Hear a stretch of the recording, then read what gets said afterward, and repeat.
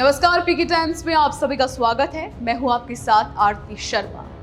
चीनी पोर्ट शहर किंगदाओ में 25-26 जून को आयोजित शंघाई सहयोग संगठन यानी एससीओ की रक्षा मंत्रियों की बैठक में भारत मंत्री राजनाथ सिंह ने पाकिस्तान पर अप्रत्यक्ष लेकिन स्पष्ट तरीके से आतंकवाद के मुद्दे पर कड़ी निंदा की। उन्होंने बैठक में कुछ देश सीमा पार आतंकवाद को अपनी नीति के हिस्से के रूप में इस्तेमाल कर रहे हैं जैसे शब्दों में पाकिस्तान को निशाने पर लिया। पाकिस्तान के रक्षा मंत्री ख्वाजा आसिफ भी बैठक में उपस्थित थे, जिन्हें राजनाथ सिंह का ये हमला सीधे तौर पर संबोधित लगता है। बैठक के दौरान जारी साझा दस्तावेज में 22 अप्रैल को जम्मू कश्मीर के पहलगाम क्षेत्र में हुए आतंकी हमले का उल्लेख नहीं था। इसके बजाय उसमें पाक अधिकृत बलूचिस्तान में अलगाववादियों की गतिविधियों का जिक्र था, जो भारत ने एक तरह से पाकिस्तान के हितों का समर्थन माने। एक तरफा रुख को स्वीकार न करते हुए भारत ने संकल्प पत्र पर हस्ताक्षर करने से इनकार कर दिया और अंततः बैठक से कोई संयुक्त घोषणा जारी नहीं की गई। 22 अप्रैल 2025 को पहलगाम के बैसरन घाटी में 5 आतंकवादियों द्वारा की गई गोलीबारी में भारत के 26 पर्यटक मारे गए और लगभग 20 घायल हुए, जिनमें हिंदू, ईसाई तथा एक स्थानीय मुसलमान भी शामिल था। भारत की जांच एजेंसियों ने इसे लश्कर-ए-तैयबा की मदद और स्ट्रक्चर से जुड़े आतंकी नेटवर्क का परिणाम बताया और डिजिटल टेल साक्ष्यों को पाकिस्तान से जोड़कर इसे सीमा पार समर्थित कार्रवाई करार दिया गया। भारत ने इस हमले के चार्टर के रूप में 7 मई 2025 को ऑपरेशन सिंदूर आरंभ किया। इसमें पाकिस्तानी और पाकिस्तान नियंत्रित कश्मीर में आतंकियों और उनके ठिकानों को निशाना बनाया गया था। राजनाथ सिंह ने स्पष्ट किया कि ऑपरेशन का उद्देश्य आतंकवादी नेटवर्क को नष्ट करना था और इसका असर एपिसेंटर्स ऑफ टेरर यानी आतंकवाद के अड्डों पर प्रभावी था। बैठक में राजनाथ सिंह ने कटाक्ष भरे शब्दों में कहा, कुछ देश सीमा पार आतंकवाद को अपनी नीति के रूप में इस्तेमाल करते हैं और आतंकियों को पनाह देते हैं। ऐसे दोहरे मापदंडों की जगह नहीं होनी चाहिए। एससीओ को ऐसे देशों की आलोचना करने में संकोच नहीं करना चाहिए। उन्होंने साफ तौर पर कहा कि आतंक के साथ शांति और समृद्धि साथ नहीं चल सकते और आतंकियों के संरक्षक, आयोजक और वित्त पोषकों को न्याय के कटघरे में लाया जाना चाहिए। पहलगाम में टारगेटेड हमलों को लेकर भारत पाकिस्तान के बीच एससीओ में टकराव उभर कर सामने आया। भारत ने पहलगाम हमले का उल्लेख दस्तावेज में करने की मांग की, जबकि पाकिस्तान ने जवाबी तौर पर भारत के द्वारा बलूचिस्तान में कथित आतंकी घटनाओं का उल्लेख साथ साथ करने का आग्रह किया।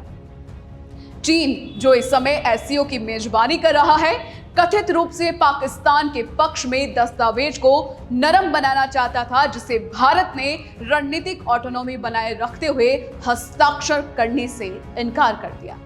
बैठक के दौरान राजनाथ सिंह और पाकिस्तान के रक्षा मंत्री ख्वाजा आसिफ की कोई औपचारिक मुलाकात नहीं हुई।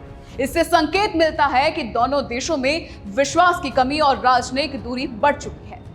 पाकिस्तानी रक्षा मंत्री ख्वाजा आसिफ ने पहलगाम हमले में किसी भी प्रकार से पाकिस्तान की भूमिका को स्पष्ट रूप से नकार दिया।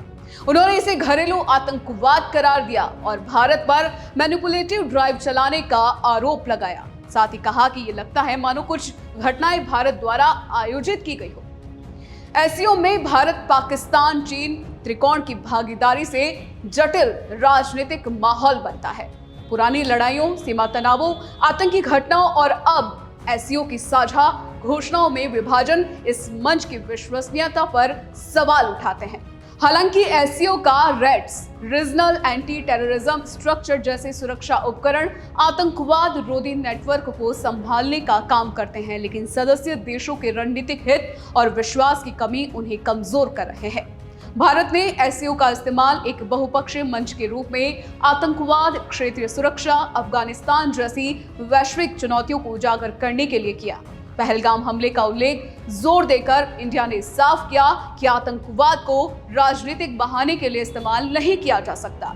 ऑपरेशन सिंदूर की सैन्य प्रतिक्रिया ने यह संदेश दिया कि भारत आतंकी जवाबदेही लेने के लिए सक्षम और सक्रिय है। दस्तावेज पर हस्ताक्षर से इनकार करके भारत ने अपने राष्ट्रीय हितों और राजनयिक स्वतंत्रता को प्राथमिकता दी।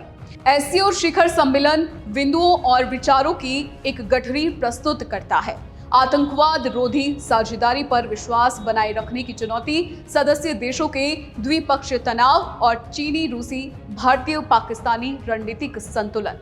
भारत आगामी समय में कुछ महत्वपूर्ण कदम उठा सकता है और उसमें से पहला कदम है आतंकवाद विरोधी सहयोग को रक्षा मंत्री स्तरीय साझेदारी से आगे बढ़ाकर एससीओ शिखर स्तर तक ले जाना।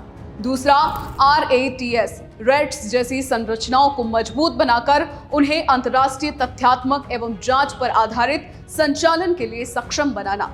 तीसरा, दक्षिण एशिया में विश्वासघात पहल जैसे ट्रस्ट बिल्डिंग, सीमांत समुदायों के साथ साझेदारी पर केंद्रित लोक सुरक्षा मॉडल पेश करना। कुल मिलाकर एससीओ बैठक में राजनाथ सिंह द्वारा आतंकवाद पर मजबूत रणनीतिक और रिपोर्टेबल रुख अपनाते हुए चीन और पाकिस्तान के रुख पर तीखा वार किया गया। दस्तावेज पर हस्ताक्षर से इनकार, पहलगाम हमले पर जोर और ऑपरेशन सिंदूर का ये जिक्र दर्शाता है कि भारत बहुपक्षीय मंचों में भी अपनी राष्ट्रीयता और सुरक्षा प्राथमिकताओं से पीछे नहीं हटेगा। इस पूरी चर्चा में ये स्पष्ट हो गया है कि एससीओ जैसे मंच पर आतंकवाद, क्षेत्रीय शक्ति पसंद और सदस्य देशों के भरोसे के बीच संतुलन खोजना आसान नहीं है। इस शिखर सम्मेलन ने ये संदेश दिया कि भारत आतंकवाद के सवालों पर सौदेबाजी नहीं करेगा और हर अवसर पर इसे उजागर करेगा, चाहे वो दस्तावेज हो या मंच। पीके टाइम्स की आपको ये विशेष रिपोर्ट कैसी लगी, आप हमें कमेंट करके बताएं। साथ ही साथ चैनल को सब्सक्राइब करें। शुक्रिया। मरुधरा से खुद को जोड़ने के लिए सब्सक्राइब करें और बने रहें पीके टाइम्स के साथ।